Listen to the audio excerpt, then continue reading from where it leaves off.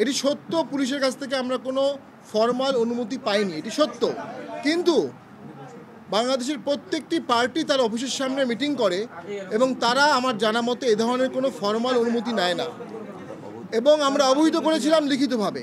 সেই রিসিভ করা চিঠিও আমাদের কাছে আছে এবং বিষয়টি সম্পূর্ণ শান্তিপূর্ণ ছিল। এবং আমাদেরকে মিটিং চলার এক পর সবসময় বলা হলো অনুষ্ঠানটি সংক্ষিপ্ত করার জন্য। তারা আশঙ্কা করছে আমাদের উপর হামলা হতে পারে, আমাদের উপর যারা হামলা করবে তাদের উপর হামলা না করে তারা আমাদের উপর জলকামান নিক্ষেপ করেছে, সাউন্ড গ্রেনেড মেরেছে।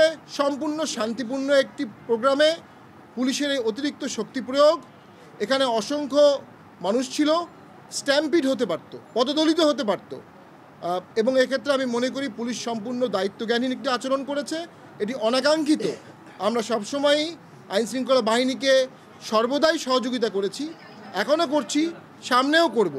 কিন্তু একটি রাজনৈতিক দল তার শান্তিপূর্ণ প্রোগ্রাম তার অফিসের সামনে করতে যাবে এবং পুলিশ সেখানে বাধা দিবে, এটা নব্য ফ্যাসিবাদের একটি আবির্ভাব হচ্ছে। এবং আমার ধারণা উপরের মহলে তারা এটা করেছে, যে উপরের মহলে আগেও পুলিশ অন্যায় করত, সেই উপরের মহলের আদেশে এখনও পুলিশ অন্যায় করছে। আমি পুলিশকে কোনো দোষারোপ করব না, তারা চাকরি করে, উপর থেকে যে আদেশ আসে সেই আদেশ তারা পালন করে। আমি মনে করি এই ধরনের দায়িত্বজ্ঞানহীন আচরণ রাজনীতির জন্য অশনি সংকেত। সরকার আর কিছুদিন পরে ভোট করতে যাচ্ছে, 12ই ফেব্রুয়ারি ভোটের একটি দিন ঘোষণা করেছে।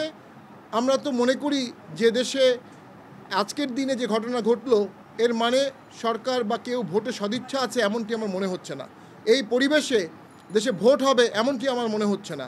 একটি চরম অন্যায় আমাদের সাথে করা হয়েছে, একটি ইললিগালভাবে আমাদেরকে আজকে সরিয়ে দেওয়া হয়েছে।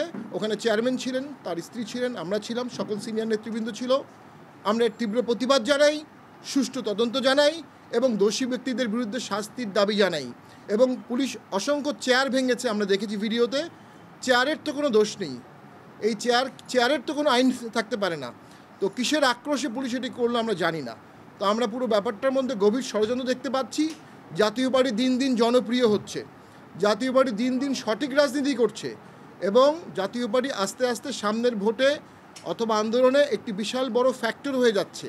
একটি মহল জাতীয় পার্টিকে দাবিয়ে রাখার চেষ্টা করছে, সেই মহলের উস্কানিতে, সেই মহলের নির্দেশে আজকে এই কাজটি করা হয়েছে।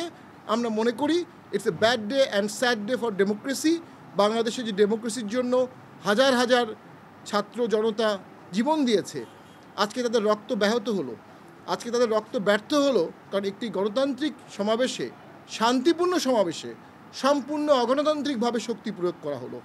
আমরা মনে করি সকল রাজনৈতিক দলের উচিত পুলিশকে আহ্বান জানানো, এ ধরনের কোনো কার্যক্রম যেন পুলিশ কখনো কোনো দলের সাথে না করে।